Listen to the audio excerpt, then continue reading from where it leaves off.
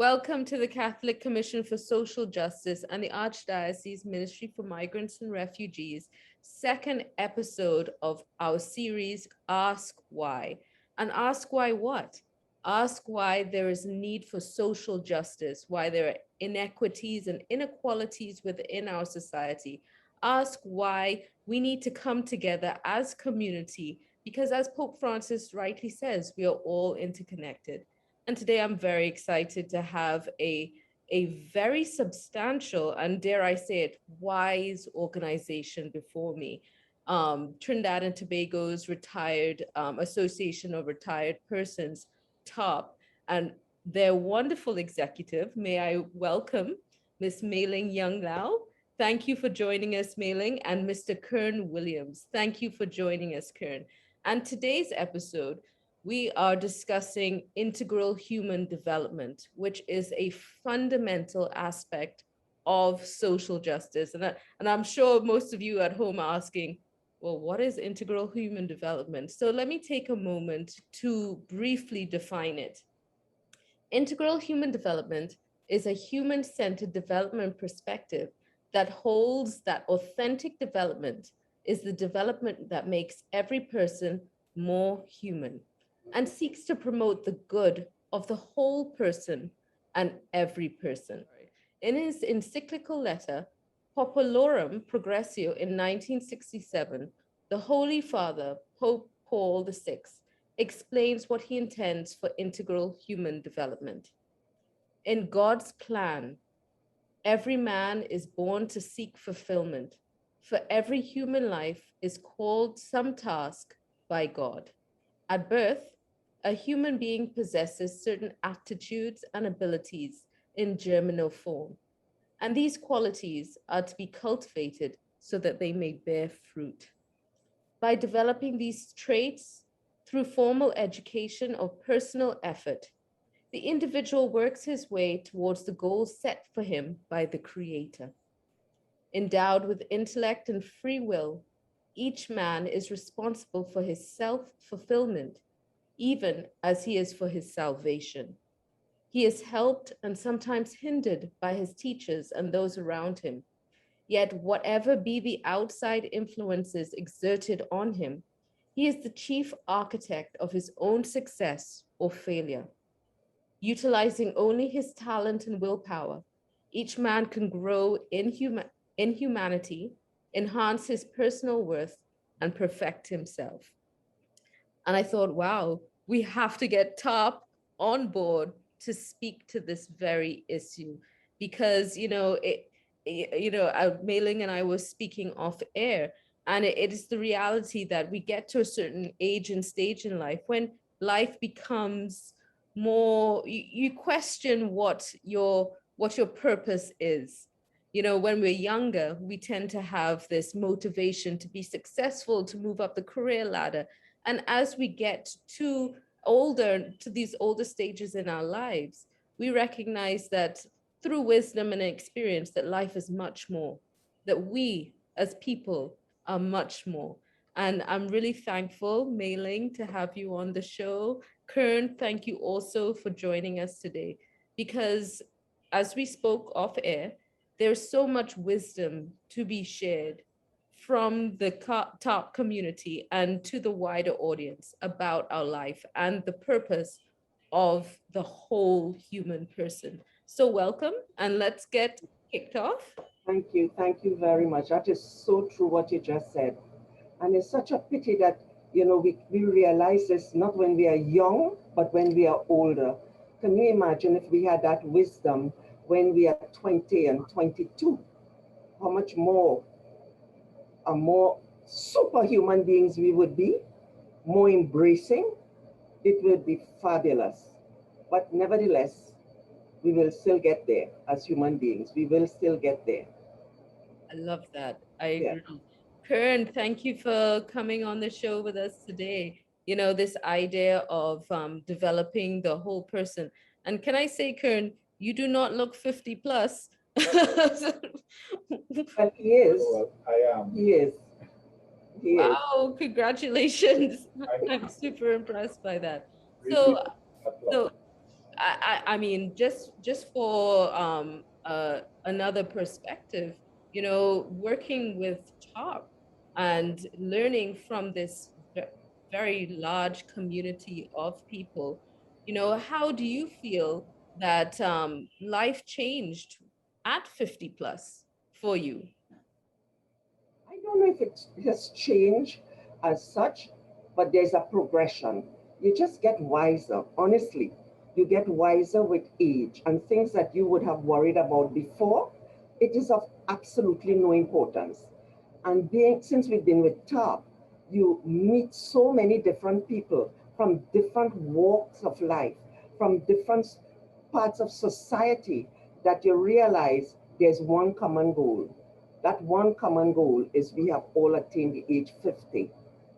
We're not looking at religion, we're not looking at education, we are not looking at society, money, anything like that.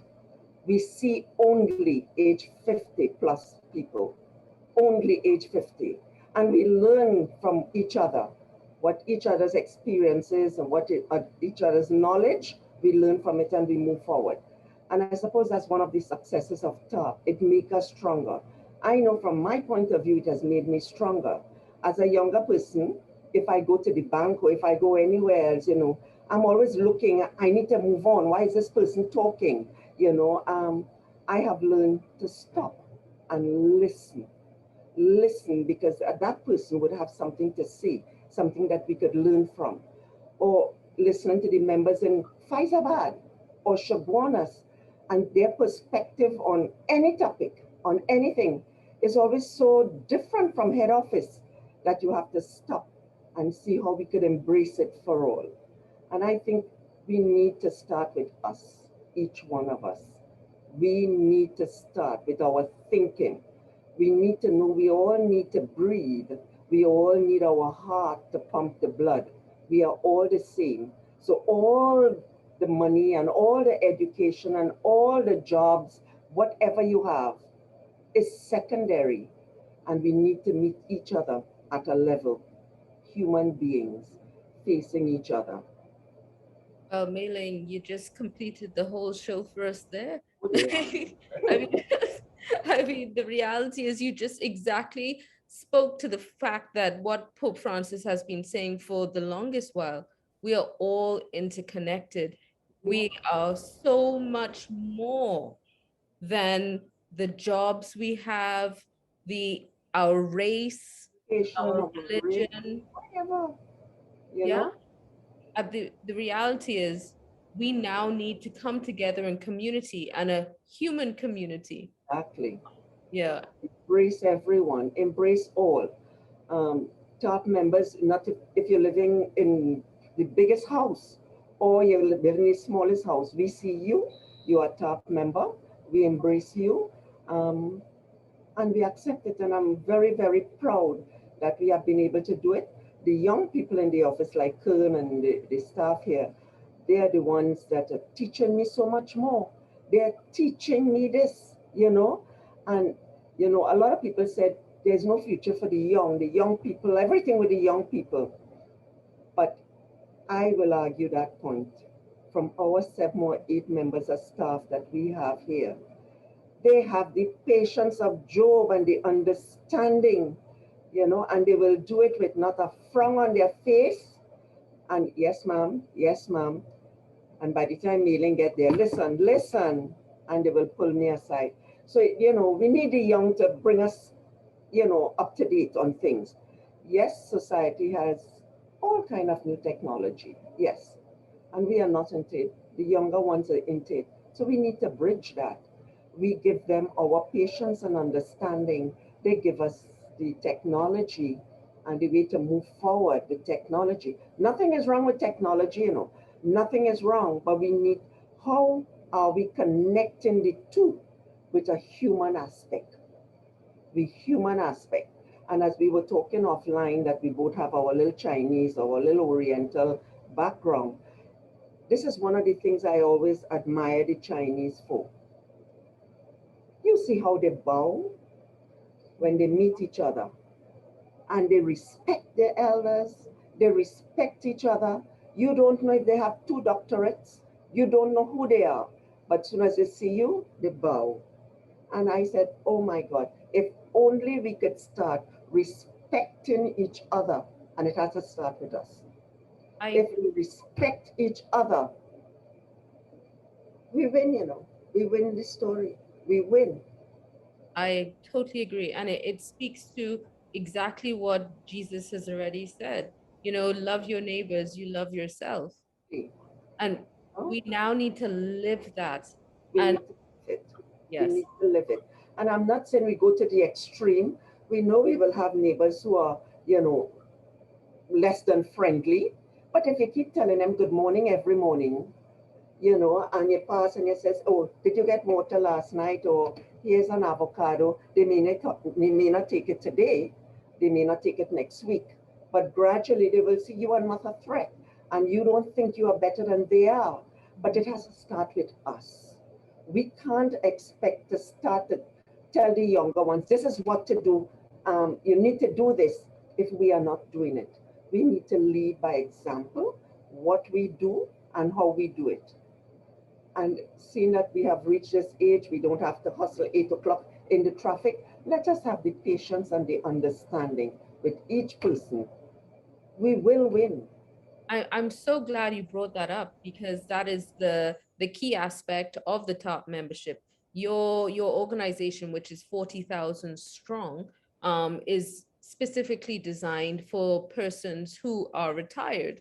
So when you have left the humdrum or the intensity of the 9 to 5 or 8 to 4 workplace, you somehow life does change. Your time becomes your own again. So can you speak to how this would shift your perspective of, you know, who you are in the world? Because as we've said, top membership is open to people who are 50 plus. Now most people retire in their 60s, but you tend to start slowing down around 50 plus, and it frees you up to live on a deeper level. What does that look like? Oh, it's fabulous. It's a fabulous time of life. The 50-year-olds will not want to hear that they're slowing down because they think they're moving on, because the 50-year-old today is like a 25-year-old yesterday, you know. So we are still vibrant at 50. We still want to do things, but it gives us an opportunity to put things in place to make sure we see things differently. And when we retire, it's like a load is lifted off. You see that getting up on a morning and facing the traffic 2 hours, an hour, to come into Port of Spain. And in some of the workplaces, you might have a hostile environment where they're not accepting the aged person so much again. These are the things that we need to change. Um, but it's a whole lifting of the whole perspective. We can still do things in top, our top members, they do a lot. It is a wealth of knowledge in this base of people, who have retired. A base that we can tap into for so many things, you know. We want to go and talk to our plants. Suddenly we have time to talk to our plants. A lot of them decide to redecorate their house, although, financially it's better to do it before you retire than to do it when you retire. But it is a time when you could redecorate or travel. They love to travel. They love to meet each other, and they do exercises, dance classes. We have top members who are playing pan, who is learning Spanish. They're doing things that they did not have the time to do, but they're doing it. And believe you me, they're the most fashionable people you will ever come across. They love their fashion, they love their fashion, and they love themselves. I mean, who else to love us but us, right? And if by loving us, we could love you, it's a win. It's a win-win all the way. It's a win. No, I love that. And especially because at that age, as you rightly said, what you've described is a rich life. And that Very rich. that's the irony of the situation. We spend so long, you know, working, slaving away to get wealth. And it's only when we leave that aspect then we discover richness. And you know, between you and me, I think that is the key aspect of integral human development, finding the richness within the person as God intended you to be. Because as Pope John VI rightly said, you know, we're born with these seeds of creativity, and we're supposed to become this human being that God wishes us to be. And what you're describing there is it's almost at this stage that we blossom into our fullness. Another key point that I have noticed, and I'm taking from my point of view as a human being, a person, and then listening to top members, is we learn to listen. Because what I have experienced is talking to someone when they're not listening, they're not hearing you. So you just listen. We have learned to listen, and that also improves our life. Because when you're trying to tell somebody this is yellow, when they see in blue, they still have the blue in their mind, and you are going with the yellow, and they get annoyed, or you get annoyed because that transition is not getting there. It's not getting there. So you just learn to listen, and if that person insists it's yellow, they says okay, and you leave that yellow, because you will find another day to come back and say, hello, you see this, it's yellow, and they are ready to listen, and they'll say, oh, you know, I didn't see it all the time, it was yellow, I'm now seeing it, you're right, you know. But we need to give people time to hear themselves, time to really see what they're seeing, because we're trying to tell them, they still will not see what you are telling them. Yeah. You They know, have to be ready. sorry, let me listen. I No, know I talk a little bit too much no, sometimes, no, but you don't. This is why I knew we had to have Top on the show, because the richness of the experience of people who are, I mean, this is your half a century is a wealth of life experience to be shared. And as we've, you know, I think it's important at this point to ask, if you had a magic wand and could shift society, because arguably we're in a time where, you know, Pope Francis says that we treat the world and each other as a throwaway culture. Everything is easily disposed of. We don't appreciate. And we see it in our own worlds. And, you know, we've seen it, that progression happen very quickly. Look at, for example, the crisis of climate change, which we are now facing. yes, When exactly. when you were younger, you know, I'm sure this was not so much an issue, or even top of mind for you when you were arguably, you know, my age. Not that I'm that young, but I'd say if I had a magic wand and I had to look back, say when I was younger, I would wave the wand to respect. Respect, because as a girl, you had respect for your neighbor. You recognize your neighbor, and you know you had respect. The policeman, your teachers, and elderly, you had respect. And I think once we recognize people and we know and give them that respect, I that is a stepping stone for us to start. It's all well and good for us to be where we are today, you know. It's okay, because we cannot expect life to stop, you know, 20 years, 30 years ago. But what is lost is we have lost the need or the right to respect each other, to see each other. We need to see each other. And we need to teach our children that, because you have the little ones and you just have the little ones going, and they would pass somebody straight. Good morning. Nobody says good morning, and nobody says good thank you anymore. We need to go back to that. And I think if we go back to that simple little thing, that respect, it will get into our subconscious. Yes, this is somebody that I need to see, that I need to hear, I need to listen. and we could move from there. It's a stepping stone.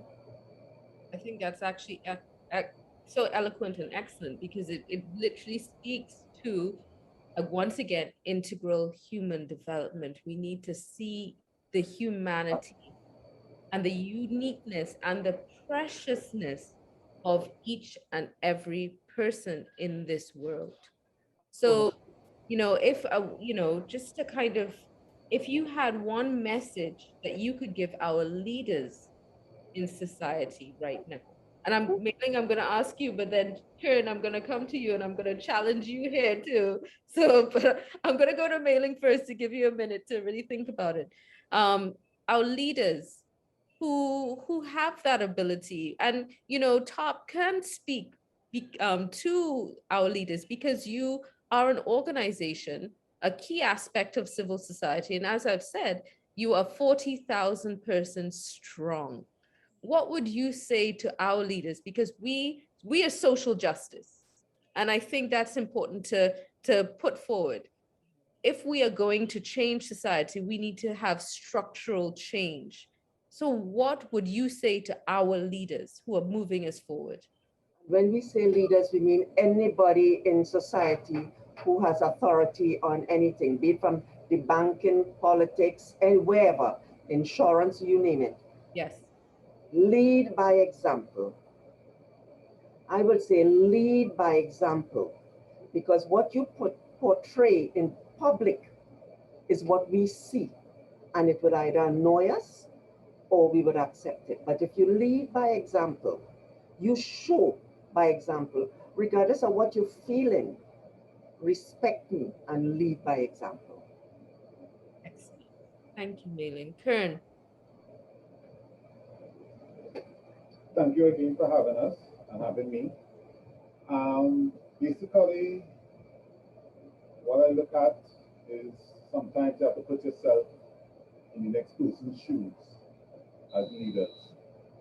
Sometimes when we are leaders, sometimes we think we are above, or we are more, or we are higher in society than others. But sometimes even the garbage collector has a very, very important role Very much so. in society compared to what to you will lead in the government or you will lead in the organization. That is an important role as well. But even the garbage collector or even the maid or the cleaner has a very important role. And sometimes we as leaders have to step out of our shoes and put ourselves in the next person's shoes to really understand. And that's what I think that's what we really need to look at. And then we will definitely, we will have a more humane interaction Society. and humane society, more respect, as Mailing has mentioned, you know what I mean, to interact with each other. I think that is a brilliant answer. And once again, bringing it right back to that idea of integral human development. Exactly. We have this saying in Trinidad, well, he or she feels she reach. Yes. Yeah. Yeah. It's a cultural thing. Well, I don't know if this is a cultural thing, but it's a cultural thing. We always want to step on each other's toe. And I don't understand why. We always want to be better than somebody else. And as I said earlier, each and every human being in the world, we need to breathe. And COVID will tell you this. We need to breathe because not breathing, we die. And each and every one of us in the world, our heart needs to pump and clean and move that blood, or we die. Each and every one of us have to have bowel movements. Let's start on that basis. We are all the same. We are all, each one of us. That is totally powerful. And I think, we're running out of time. And I just want to say thank you. That there is so much wisdom to be had from the top community, and exactly what you both have said. We need to come back to a place of our deeper humanity, to see ourselves as equals, all created by the same God. Definitely. Simple. So once Definitely. again, Mailing, Kern, Thank you for joining us on the show. You know, I always love working with TOP and your executive and your team. You know, you are an organization that genuinely cares about your membership. You know, and I think it's important to say that. So Yes, they if are you family. They are family. it is a thriving community. Yes, it is. It And is. in this world, this is what we need to do. We need to recognize our humanity and come together as a healthy community. Yes. So, Mailing, Kern, thank you Thank for joining you. Thank you for hearing us. us. Thank you. We're here with Ask Why, and why not ask our experts? And we're here to ask Leela Ramdeen, the chair of the CCSJ. Leela, what is integral human development? Thank you, Dominique. This is an important question, but I want to locate the concept of integral human development within social justice principles. The Catholic Church proclaims that human life is sacred and the dignity of the human person is the foundation of a moral vision for society. This belief is the foundation of all the principles of our social doctrine.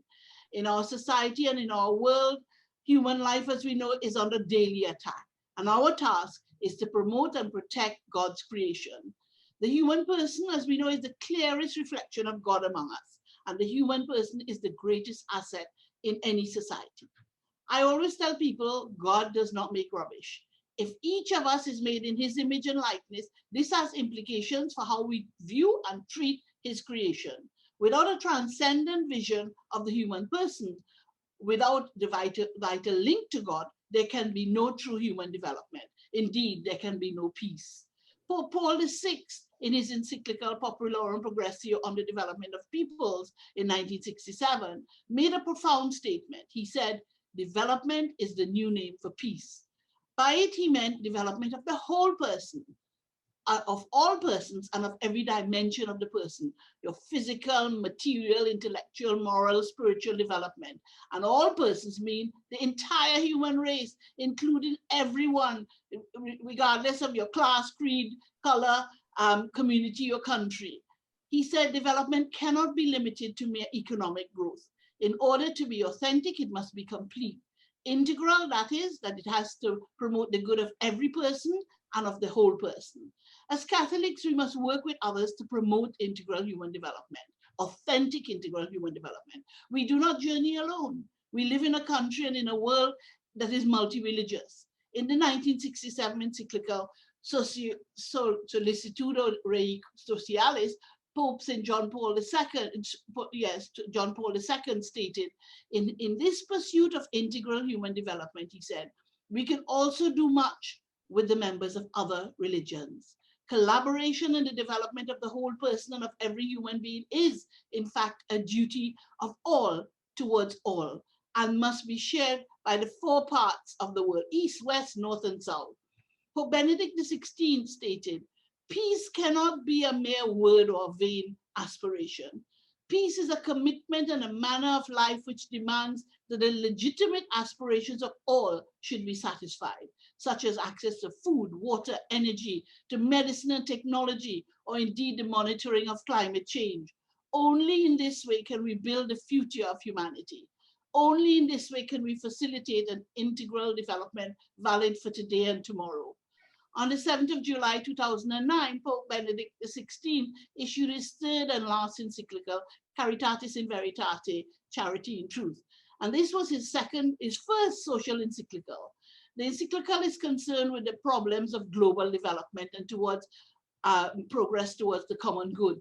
A central theme in his encyclical Charity in Truth is the concept of authentic integral human development, which, as the Holy Father said, means the development of the whole person, as I said, in all his or her dimensions and of every person. And you can see that he was drawing on Pope Paul VI encyclical Populorum Progressio. He says development is part and parcel of evangelization because Jesus Christ, who loves us, is concerned with the whole person. The pursuit of authentic development, the Holy Father said, requires a transcendent vision of the person. It needs God. That is, we must see humans in relationship with God. We need to remember that people are at the center of development and that we do not journey alone. We cannot think about our own development without reaching out in solidarity to promote the development of others. He continues by reminding us that the whole church, in all her being and acting, when she proclaims, when she celebrates, when she performs acts of works of charity, is engaged in promoting integral human development. Integral human development therefore underpins all that we do as church. It places the human person in all his or her various dimensions, who is made to be loved and to love God and others at the center of development of our communities and our world.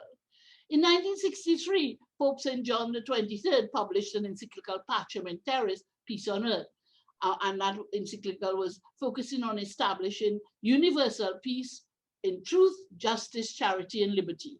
He told us that nations are the architects of their own development, and they must bear the burden of this work, but they cannot accomplish it if they live in isolation from others. Regional mutual aid agreements among poorer nations, broader-based programs of support for these nations, major alliances between nations to coordinate these activities, these are the road signs that point the way to national development and world peace. To promote integral human development, we must also consider our duty, not only to all of humanity, but to the environment also. And remember, we're in the season of creation, 1st of September to the 4th of October. There can be no human development if we do not act to protect our planet now. Pope Francis's words in Laudato Si should spur us to action as we recognize that everything is interconnected. We need to embrace the concept of integral ecology. He has said, we're losing our attitude of wonder, of contemplation, of listening to creation, and thus we no longer manage to interpret within it what Benedict XVI calls the rhythm of the love story between God and man. In one of his peace messages, Pope Benedict XVI referred to his encyclical Charity in Truth, and he said, I noted that integral human development is closely linked to the obligations which flow from man's relationship with his natural environment. And as we know, our Archbishop Jason has asked CCSJ to update the draft framework we had so that he could go out for consultation with it, and we'll develop our own archdiocese policy on the environment. The Catholic Relief Services tell us that integral human development also refers to the process by which a person achieves this well-being and common good. True integral development is a long-term dynamic process based on human dignity and right relationships. That is, each person's relationship with God, with self, with others, and with creation. Advancing integral human development means working with a variety of actors to transform the way that society lives, not only how they live, but heal and structure their relationships. Progress towards integral human development is achieved through active engagement with others in a just and peaceful society that respects the sacredness of life and the dignity of every person, end of quote. If we are to promote integral human development, we must take action to ensure that we engage in works of mercy and works of social action. This involves not only charitable works, but it means we must work to dismantle unjust structures, systems, institutions that stand as obstacles to integral human development and the development of the common good. Catholic Relief Services tell us that systems organize and regulate behavior and processes.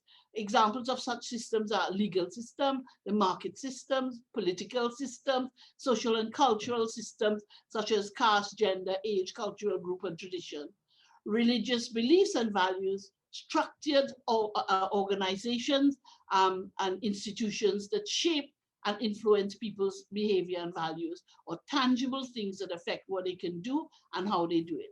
Some of these examples are government ministries, churches, mosques, and other religious institutions, schools, hospitals, and other social services, civil society organizations and NGOs, private sector, shops and commercial enterprises. People with power can control structures and systems.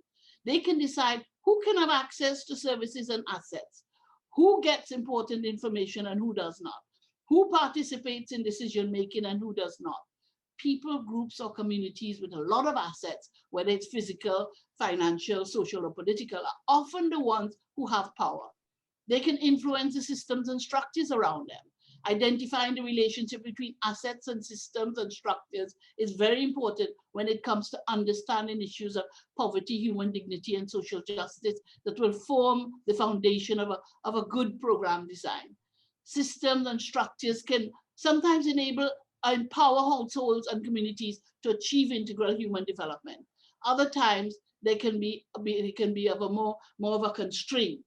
The integral human development concept also considers broader aspects of people's lives, including their hopes and aspirations and issues of human dignity and social justice. This conceptual framework leads us to ask, to what extent are people achieving integral human development in their lives? What are people currently doing to make a living? What policies, institutions, and values support or constrain people's ability to earn a living or to lead full productive lives with peace, dignity, and social justice? What shocks or cycles or trends support or threaten people's livelihoods, equity, and human dignity? What are people's strengths and opportunities? What can they do to improve their livelihood outcomes? This integral human development conceptual framework, Catholic Relief Services tell us, can help us identify constraints and opportunities for livelihoods. It can help us to choose appropriate human interventions that strengthen household and community, assets, and increase human dignity and social justice can be impacted by this conceptual framework. It can help decrease risk and vulnerability and improve lives of individuals. I want to share with you Pope Francis's beautiful catechesis on what it means to be human. And Pope Francis drew connections between Paul VI's encyclical and his own encyclical Laudato Si on our common home, care for our common home. He highlighted many of his pontificate's most powerful themes, such as his displeasure with the disposability of people in a throwaway society, as well as his desire to bring together disparate elements of the human condition. Human life, he said, is like an orchestra that sounds good if the different instruments are in accord and follow a score shared by all. The organization Catholic Ecology states that his address on that day is a wonderful little mini manifesto. What does full or integral development mean? That is, the development of each person and the whole person, today and in the near future. In the wake of Paul VI, the verb to integrate, he says, is very dear to him. This is Pope Francis. He says it means integrating the different peoples of the earth. The duty of solidarity requires us to seek fair ways of sharing so that there is no longer that dramatic inequality between those who have too much and those who have nothing, between those who discard and those who are discarded. Only the path of integration between peoples can permit to humanity a future of peace and hope. It means offering viable models of social integration. Everyone has a contribution to make to the whole of society. Everyone has a special feature that can be useful to enable us to live together. And no one is excluded from contributing something for the good of all. This is both a right and a duty. And the principle of subsidiarity guarantees the need for the contribution of everyone, both as individuals and as groups, if we want to create a human society open to all. It also means integration and development of all those elements of which it is truly constituted. The different systems, the economy, finance, labor, culture, family life, and religion are each in its own way essential components of this growth, he says. None of them can be rendered absolute and none of them can be excluded from the concept of integral human development, which takes into account that human life, as he said, is like an orchestra that sounds good if the different instruments are in accord and follow a score sheet shared by all. In addition, it means integrating individual and community dimensions. It is true that we are children of a culture, at least in the Western world, which has exalted the individual to the point of turning it into an island, as if one can be happy alone. On the other hand, there are ideological views and political powers that have crushed the person, that have standardized it and deprived it of that freedom without which man no longer feels human. This standardization is also due to economic powers that wish to take advantage of globalization instead of encouraging greater sharing among men and women, simply to impose a global market of which they themselves set the rules and reap the profits. The self and the community are not in competition with each other, but the self can mature only in the presence of authentic relationships. And the community is generative when its members are together and individually. This is even more applicable to the family, which is the first cell of society and where we learn to live together. Finally, he said it means integrating body and soul. Paul VI wrote that development cannot be reduced merely to economic growth. Development does not consist in having more and more goods, enabling us a solely material well-being.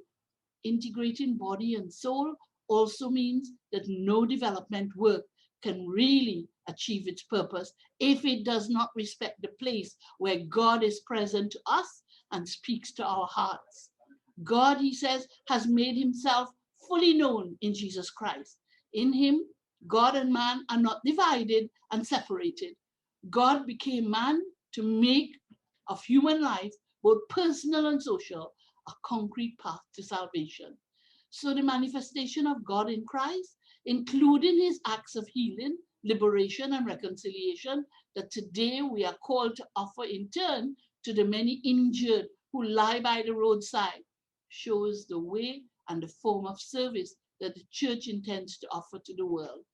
In this light, it is possible to understand what integral development means, a development that harms neither God nor man, since it takes on the consistency of both.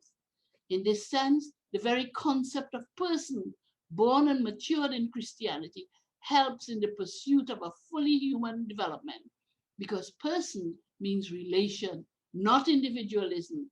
It affirms inclusion, not exclusion, unique and inviolable dignity rather than exploitation, freedom, not coercion.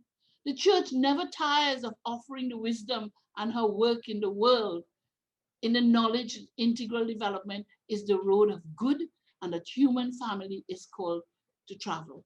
End of quote. And I want to end with the words of the organization Social Spirituality. They say, development is for people. We are made by God out of love and called to develop our God-given gifts, to grow as persons and to seek our fulfillment. Development is communal as well as personal. Our personal development takes place within the context of the development of our communities. We help each other to grow and develop for the good of all. A just society, I always say, is inclusive. Catholic social teaching promotes integral human development for every person, every community, all peoples around our globe. And as Pope Benedict XVI said in Charity in Truth, knowing that we are persons and communities as part of God's family gives us a vision and energy to serve a truly integral human development. And in 2020, in the encyclical of Pope Francis, Fratelli Tutti, on fraternity and social friendship, he said he shares his view of how we can build a better, more just and peaceful world with the contribution of all, people and institutions, with an emphatic confirmation of a no to war and to globalized indifference. We cannot be indifferent to the global inequalities and inequities in our world because we are all brothers and sisters in Christ. In the second chapter of Fratelli Tutti, A Stranger on the Road, Pope Francis emphasizes that in an unhealthy society that turns its back on suffering and that is illiterate in caring for the frail and vulnerable, we are all called, just like the Good Samaritan, to become neighbors to others, overcoming prejudices, personal interests, historic and cultural barriers. We all, in fact, are co-responsible in creating a society that is able to include, integrate, and lift up those who are fallen or are suffering. Love, he says, builds bridges, and we are made for love. My message to viewers today is that we embrace the concept of integral human development and that we act to promote this concept in our daily lives, recognizing that we must celebrate small gestures. We are people of hope. As Pope Francis has said, we know that things can change. So may God bless all our efforts as we labor in his vineyard. Thank you. Thank you, Leela. And this is why we have to have this new segment on Ask Why. Ask Leela. Leela, you are a wealth of information. Thank you for being with us here today. And speaking of community, we extend the invitation to the Catholic community and the wider community. We, as Leela rightly said, it is season of creation.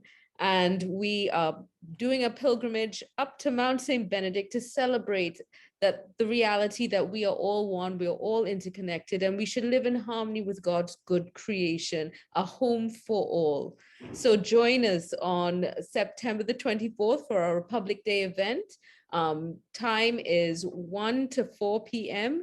Mount St. Benedict Car Park. Register now. Spaces are limited. We have strict COVID protocol in effect. And once again, thank you for tuning in for Ask Why, and see us next week. All the best. Bye. Bye-bye.